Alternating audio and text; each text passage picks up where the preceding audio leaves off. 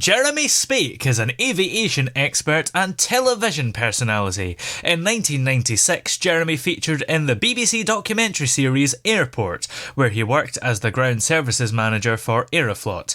His appearance on the programme brought him to wider public notice and celebrity. And Jeremy is on the line with us here. How are you doing today? I'm really well, thank you. Good to be with you. It's great to have you here because aviation is not just your career, but it's your passion, right? Oh, big time. Absolutely. There's nothing quite as enjoyable as watching a load of people heading off into the skies, to visit friends, family, relatives.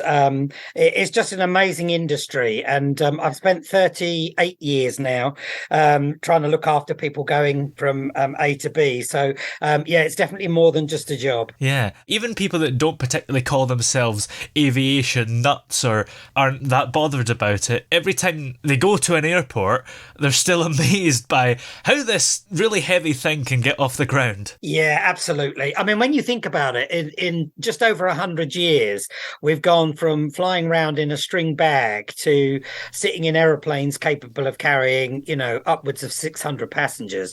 Yeah. And they navigate the world. I mean, if you think about, looking at your average sat nav in a car, how that's taken the world by storm. Aeroplanes have been doing that for decades, and I think people look at them and kind of, even if they don't really understand it, they're amazed by the wonder of just how you get from A to B. It's interesting because the aeroplane has been around for over 100 years now, as you mentioned. Do you think that it's going to evolve even further, or are we kind of found a groove now, if you see what I mean? Yeah, it's an interesting one. I think if you were to ask Richard Branson, he'd tell you it's definitely going to change. He's recently had an amazing event where they've basically set an orbiter into the sky to kind of be a prelude to a mass market of people being able to travel on the periphery of space to go from destinations to destinations. Have we found ourselves in a groove? I don't think so. Aviation is one of those things that just continually evolves. Safety is always the number one priority. So when I think about just how safe aviation is nowadays and how many thousands of people are involved in just getting one aeroplane from a airport to the next airport, it is phenomenal. And I think that what we're going to start seeing, because obviously we've had lots of challenges over the last 2 or 3 years because of the COVID pandemic, what we're going to start to see is smaller airports and smaller aeroplanes probably doing longer journeys, taking less people, but connecting smaller communities directly with each other rather than having to go via a big hub. So there's plenty still to be done, I think. I don't think we're ever going to get to a world where virtual reality takes over from touching the flesh with people. And we saw that during COVID, definitely. Because you've worked in the industry, from your perspective, COVID has got to be the most devastating thing that's happened to the industry ever. Totally and utterly. I mean, I remember being in China when 9/11 happened, and I was actually sitting in a restaurant in Beijing, and we thought we were watching a Die Hard movie. I actually commented. I said to a couple of the people I was sat there with, where's Bruce Willis? Surely this is a film. And they said, no, this is really happening. And after 9/11, we thought we'd reached the most devastating event that could ever befall aviation. And without doubt, it's definitely something that none of us can ever forget, because it was so profound and so horrific. But COVID came along and completely rewrote all of the rules. If you think about it, you'd gone from being able to just get on an aeroplane and use it like a bus, thanks to the advent of low-cost airlines, to suddenly now having to complete a myriad of documentation, to have had all your vaccinations, to be wearing a mask, to be prepared to sit in quarantine for up to 3 weeks, depending on where you traveled to.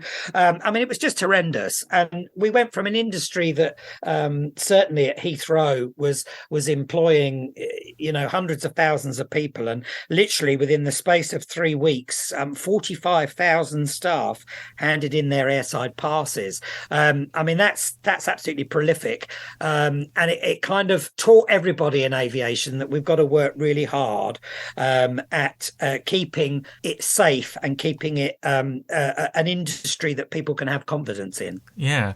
Last summer, of course, it kind of bounced back all of a sudden. What are your thoughts on the delays there? Because was it to be expected? Yeah, I think deep down it was really. I mean, certainly I kept saying to people across industry, this is going to bounce. People have been literally pent up for the last 2-3 years, not being able to go anywhere. But the difficulty for any of the airports or the airlines was, yes, it's going to bounce back, but where is it going to bounce back? Who's going to want to go where? And it just caught everybody probably just a little bit by surprise by the sheer numbers of people. I don't think it was a surprise that people were going to want to travel. Yeah. And I think that, certainly the bigger airports had a bigger problem to resolve. I mean, when you look at some of the airports in the UK, most notably places like Liverpool, they had an absolutely phenomenal bounce back because they were ready, they were prepared. Birmingham was another one that people thought were going to get it wrong, but they kind of got it right. And then, of course, there was my poor friend John down at Heathrow trying to, make 4 terminals work smoothly. Not an easy task when you've lost so much experience. A lot of people that loved the industry and were really passionate about it could see that actually it's only got to take another virus somewhere to create another kind of death knell to the industry. So a lot of people haven't come back. So years and years of experience have just evaporated. So yeah, not a surprise. It's sad, but it's definitely on the up now. People are starting to get back to having good numbers. So they're aware that they've got to be ready for the summer this year, because I think it's going to be a bummer. Certainly the forward booking trends that airline executives keep telling me about is really positive. So but I still think the travelling public have got to continue to be patient. They've got to continue to understand that everyone's there to do a job to keep them safe. And sometimes it just means you're going to have to be in a queue, unfortunately. Yeah. A lot of people would have been very anxious about the paperwork, and then to have all this stuff last summer, do you think people will have just gone, well, I'm not going to go on holiday this year, I can't be bothered with all that? Yeah, I think, one of the things we definitely needed to learn from what happened, and hopefully we're making moves in the industry to deal with it, is to streamline all of that paperwork stuff. Because if something like this ever happens again, you kind of want one form that does everything for everybody. And that requires a national engagement across the world. But you're right, a lot of people have probably thought, you know something, actually, I can't be doing with the aggravation. Perhaps I'll think about staying locally and enjoy some of the highlights that, Britain's got to offer. But that's not without its challenges. Brexit has brought about a large exodus of people who were European nationals that were working here in the UK, doing lots of particularly the service industry jobs, like working in restaurants and working for holiday providers and campsites and things like that. A lot of those people have gone. So those industries themselves are struggling to recruit. So you may have just as much pain domestically as you would if you'd filled in the forms and headed off to somewhere warm. Yeah, it was maybe quite annoying for some people as well, because I went somewhere last year that I needed a couple of documents for, and they never even checked them. So it was a waste of time. Yeah, you see, that is so... I'll tell you something, if that happened to me, they'd have known I'd got the forms, because I'd have made sure that they actually bothered to look at them. You're absolutely right. There are some countries that were literally just making things so impossible for people. I think one of the challenges was, and we saw it ourselves in the UK, you get a government announcement on a Monday, perhaps. By Thursday, that had changed because they got new intelligence or new information about how to deal with the virus. And if you look at the criteria of each country, one of the worst countries to try and satisfy the bureaucracy of was India. Their system kept crashing. People kept getting annoyed by it. And there's nothing more debilitating than you do the right thing. You do all your research, you fill in all the forms, you make sure you've got all of the things that you need, and then nobody's bothered about it.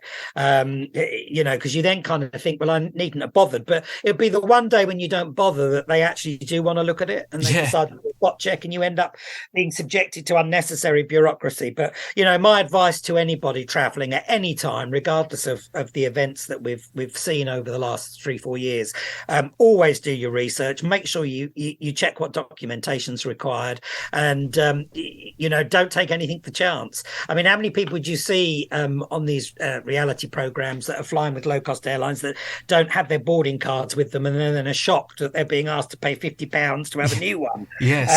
There are some things in life we just need to take responsibility for ourselves, and making sure we've got the right documents is definitely one of them. There's always articles online about people not realising that they can't have the biggest bag in the world under the seat. I know it's just hilarious, really. Yeah. I love the fact if you go online, you can now see people coming up with all these ingenious ways in which you can beat the low-cost airlines' rigorous baggage policies.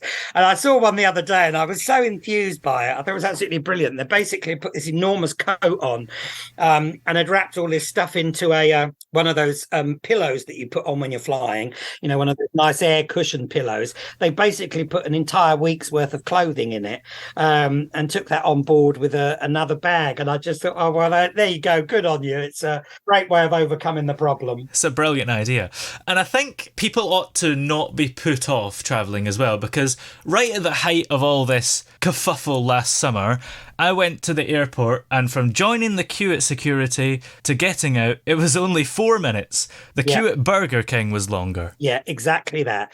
You're absolutely right. I think one of the biggest challenges, there are always going to be certain times, particularly in big airports, where you are going to find being processed, even on a really good day, is going to take a while. For example, if you were at Heathrow on a Monday morning at 6 a.m., anybody that's traveling on business, the Weldon is dogger there, and they're all wanting to get through security. However, if you pick a Wednesday afternoon at 3 o'clock, you might not see anybody else. So it is very much a case of don't be put off. Queuing is a national pastime anyway, and you're right. A lot of airports, London City was a good example of this.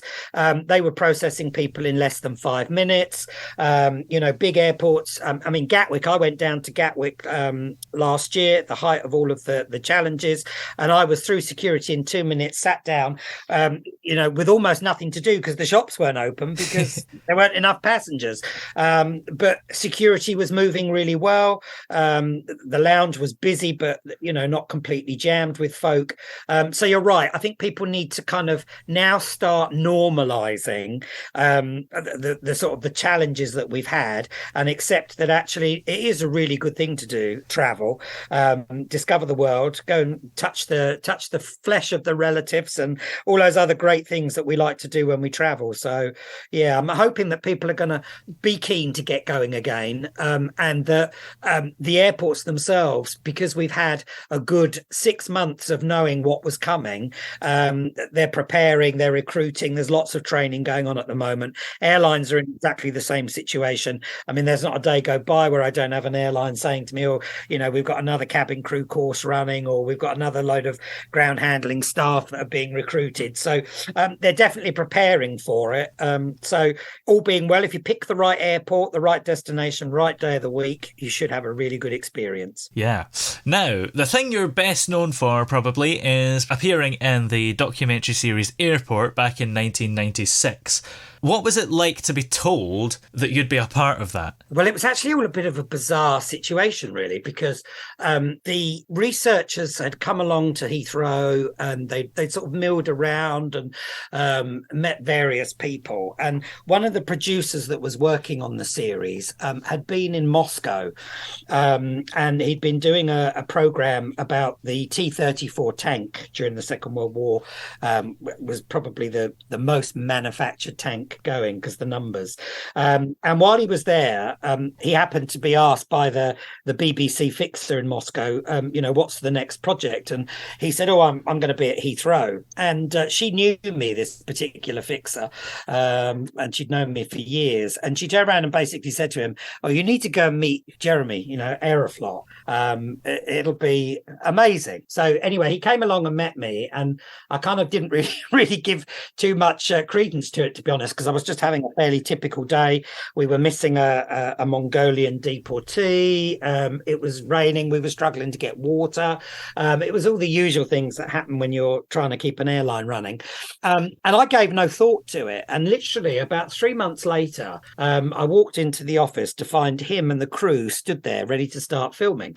And I was surprised. And I was surprised because I didn't expect head office in Moscow to agree to it, because everybody had a kind of a distorted view of Aeroflot as an airline. The stewardesses were probably perceived as being the sort of ladies that shaved their legs with a sickle and all those kind of nuts things that people used to say. And so I was really surprised. And when the Director General of Aeroflot called me and said, "I hope you're okay with this," and I said, "Well, I don't really have a lot of choice. They're here now. It's all good. Don't worry. We'll do our best to tell the truth about the way things are and how difficult some days are and how some days are just amazing and go really well." And it just became an overnight success. And it was bizarre because the very first episode, I purposely stayed at home with the curtains drawn and the lights out, thinking, "Oh my word," because when you look in the mirror, you see something very different to the image that everybody else sees. When you look at yourself, you hear yourself. So you kind of all have an opinion about who you are as a person. So to suddenly see yourself being put on the screen and knowing that there were millions of people watching it was quite a shock to the system. And in fact, the next day, driving into work, I got held up on the M25, which isn't unusual. And while I was sat there, a driver of a fast food Arctic lorry, he basically got out of the cab because we were stationary, and he said, "You're that bloke that was on the telly last night?" And I said, "Yeah." And he said, "Oh, that was amazing. We can't believe the things that people get up to." And I said, "Well, there's nothing stranger than folk in an airport." And it just became an absolute storming success for the BBC. I mean, at its height, we got moved from a kind of a midweek slot after EastEnders. We then got moved into a Saturday night slot. And this was in the days when you talk about viewing figures being in the tens of millions rather than in the millions. And so Airport at its peak reached about 18.5 million people in the UK, which was a hugely successful series. And now anything that gets 18.5 million people would probably make most television executives die of the shock, because most programs are lucky to get 3 or 4 million people nowadays because of the huge amount of choice we give them. But the appeal of Airport, fascinatingly, has stayed absolutely with people. You're right. People go into an airport and there's something magical and quite mysterious about the way they work. So when I was asked to go back and kind of do a view of aviation through COVID, I kind of did it with a certain amount of sort of hesitation and apprehension, because I kind of thought to myself, well, everybody saw, Jeremy back in the 90s and had kind of a view of him and what he was all about. And, I'm not that person anymore. I've obviously grown older, in some respects, probably a little bit wiser, in others, probably not. And so I was a bit apprehensive to know kind of how the audience were going to react to the series. And I couldn't have been more surprised. The people who made the program kept saying to me, "People are going to really love this because you're back doing what you do best. People love seeing this sort of thing." And the human interest stories that we found along the way were quite profound, because every single person in the world was being subjected to something completely alien to them, which was this virus that literally touched every single country and every person. So to be able to show how it impacted on an industry that I'm very passionate about was just an absolute privilege. And the reaction from the audience was amazing. They really enjoyed it. And we were up there with I mean, I don't pay much attention to viewing figures, as I say, they don't mean a great deal anymore. But the only thing that was beating us when we were on the screen last year was Coronation Street. So it kind of shows just how people associate, me with the airport, and more importantly, how the human interest in what was going on was touching everyone. Yeah, there are so many different documentaries now about behind the scenes of an airport, and I don't know about you, but I could watch every single one of them, even though they cover very similar aspects. Yeah, because, as sad as it is, I think there's a bit of voyeuristic tendency in every human. We all like to watch other people trying to get through the daily rigors of life, and that's kind of what made the sort of the docu-soaps of the 90s so popular, because you were able to sit and relate to everything you were seeing. And because travel is so familiar to so many people, when they actually sit watching these programs, they can actually see themselves sitting in a terminal building or sitting inside an aircraft, observing other people's behaviors. So it's just like being in a massive fishbowl, and everybody's looking in on you. It will always fascinate people, travel. In some cases, it's escapism. People kind of like the idea of being able to go to exotic places. In others, it's just about seeing people really struggling, and the viewer then gets the kind of feeling that, oh, it also happens to them, not just me. So there's a lot of that. But you're right. I mean, I've done it myself. I've sat and watched other programs about, traveling and aviation in particular, because it's always good to see the traumas and the challenges that I've faced are replicated almost everywhere you go in the world. Yeah. When you put people, bags and planes together, it kind of brings a unique set of challenges. And in this most recent series, The Airport Back in the Skies, one of the images that stays with you as you going into Terminal 4 when it's been mothballed, there's usually thousands of people there, but it was completely dead. All the shops were shut. So what was it like to see somewhere that's usually filled with life being completely dead? That's a really good question. And one, if I'm completely and utterly honest with you, it took the wind out of my sails. The cameraman that I worked with on the series, we struck up an amazing rapport. He kind of knew intuitively when things were going to go really well and when things weren't going to be so good. And we walked in that building and he said, "You look completely drained." I said, "I'm shocked. I'm utterly shocked," because Terminal 4, I'd worked in Terminal 4 previously. I was used to sort of 10,000 people coming through the doors every hour in the peak in the summer. And suddenly there's me, the cameraman, and the assistant. And I'm walking around a building that just was so empty and so devoid of life. And it really brought home to me the horrendous impact that COVID had on aviation.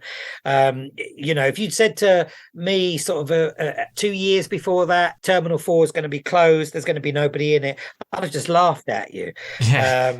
Because Terminal 4 was built in the early 90s, the late 80s. Yeah, 80s. And when Terminal 4 opened, it was intended to be the place where all the long haul flights for British Airways were going to go.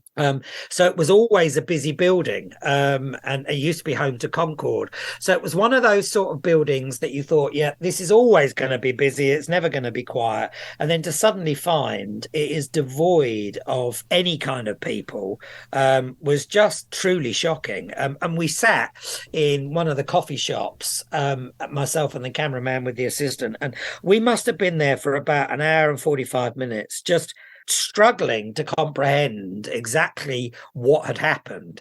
All the shops were mothballed, everything was covered up, lots of the signs have been shrink wrapped and stuff. As I say, the security point that we went through, they'd still got security in the building, but it was a handful of staff. Horrendous, just truly shocking, and emotionally quite draining, because the story of COVID and the impact impact and the purpose of the program was to really kind of celebrate people's ability to battle on through the challenges that we had. And suddenly there we were in a building that was completely lifeless. And I always say, you know, airports are like cathedrals to aviation.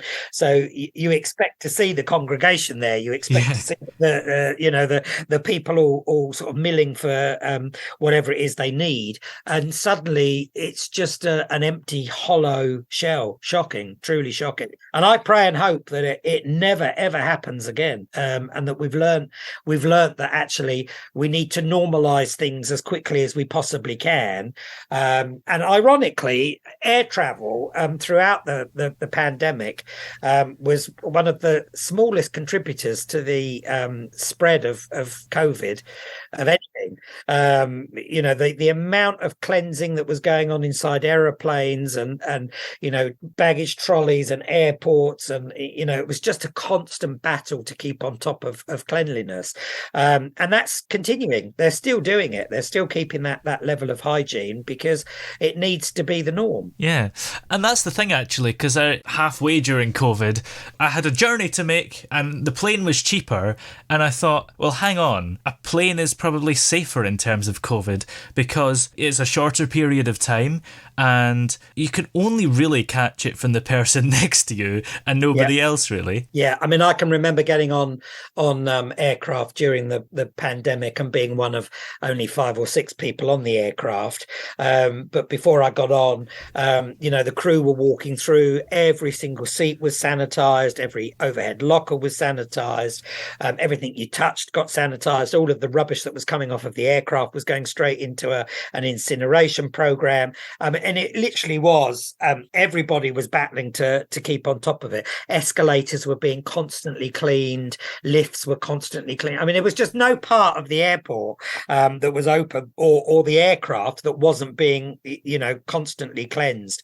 And you know, you're right. It was so profound. It was the best place to be because everybody was working to keep it safe. You know, the only drawback of it was that you had to go through all of these bits of paperwork. Then you had to have your various tests, and you know, that was like a license to print money for, you know, for some people. They view that as being, well, surely you people should just be providing us with those tests. And you know, when you look at airports around the world, they suddenly had, you know, locations that were doing PCR tests. And you know, it's no surprise that a lot of the centers that got set up in airports were put in retail units where the retailer basically said, look, we can't afford to be here. We're not selling suitcases. We're not selling magazines and newspapers. So you saw lots of these PCR places popping up.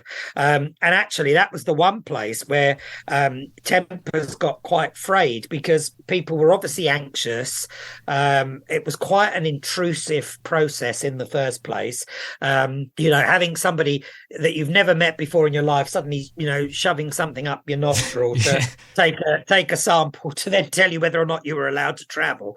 It was all completely counterintuitive to what we're all used to doing. But like all good humans, I guess, we adapted to it really quickly. And fortunately, that process has now been allowed to go away. There are still 1 or 2 countries around the world that still have very strict controls over, you know, COVID and traveling. China being the strongest in that respect. You know, they have very, very rigorous regulations around any spiking in the coronavirus inside China. They effectively close down wherever it is to minimize the spread of it. But it certainly wasn't aeroplanes spreading it. And looking ahead to this summer, hopefully it's going to be better than last summer and the summer before that and before that. Are we going to be fully back to normal? Do you think there's going to be some kind of strikes? I guess demand will be up again. Yeah, I mean, strike's an interesting one because you kind of have to look at what's going on generally across Britain with industrial action.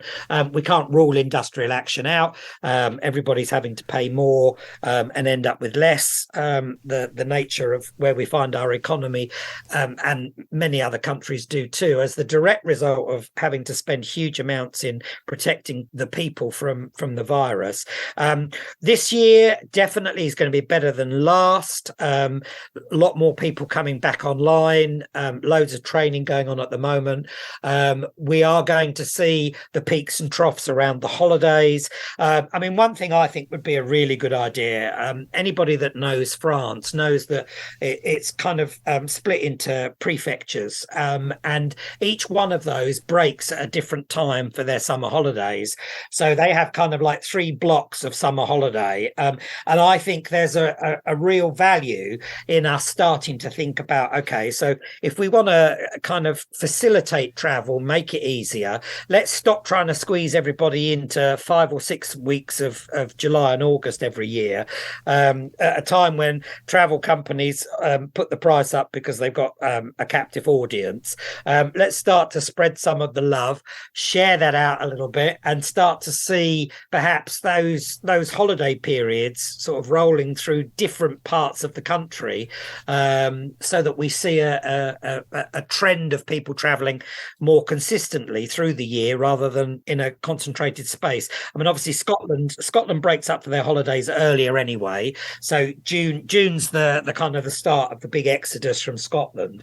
So I think there's something to be said about looking at those type of things, and we need as an industry to make sure that we don't try to recover the horrendous losses by basically extorting huge amounts of money out of people when it isn't necessary. There are 1 or 2 low-cost airlines who have found themselves in markets where they've got no competition, and suddenly the fares have gone from being reasonable to being horrendous, simply because they've got a captive audience. We need to manage that carefully and make sure that we make travel realistically affordable. I think the days of the $9.99, sort of last minute type ticket, I think they've probably gone, certainly for the foreseeable future. Even the people at like Ryanair and EasyJet and Wizz have all said that those fares are not sustainable as they recover. And providing we continue to look after people and keep them safe, and make it affordable, but realistically affordable, we should be in a good place. Well, where are we able to keep up to date with you, and do you have any other things yourself coming up, any future TV shows, or is that a top secret? We're frantically talking in the background about 2 or 3 really exciting projects that we've had on the boil since sort of mid last year. But people can always visit my website, jeremyspake.com, and they'll keep up to date with what's going on. There will definitely be another series this year with me in it. Can't talk too much about it at the moment, but it is very much about people, and I'm quite looking forward to it, because I think one of the things, when you spent as long as I have looking after people's travel arrangements, you get to really understand what makes people tick. And one thing I always say to folk, your idea of normal might not be that person's idea of normal. So the only thing that's normal is the fact that we're all different. And so I've had this burning desire to do a series that kind of looks at people around the world and how they kind of interact with one another.